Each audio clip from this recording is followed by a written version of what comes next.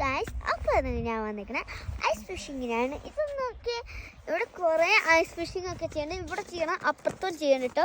നോക്കി തോള അടിച്ചിട്ട് ഫിഷിങ്ങിൻ്റെ ഈ വള്ളിയൊക്കെ ചൂണ്ടൊക്കെ ഇട്ട് പിടിക്കും. ഇവിടെ ഒരാൾ ഫിഷിങ് ചെയ്യാൻ വേണ്ടിയിട്ട് ഐസ് തുളയ്ക്കുന്നുണ്ട്. ദേ ഇവിടെ ഇന്ന് 2 പേരിന്ന് ഫിഷിംഗ് ഒക്കെ ചെയ്യുന്നുണ്ട്. ഇതൊക്കെ ഐസിൻ്റെ കട്ടിയൊക്കെ കണ്ടോ നിങ്ങൾ? എന്ത് കട്ടി! കിട്ടി കിട്ടി മീനെ കിട്ടി.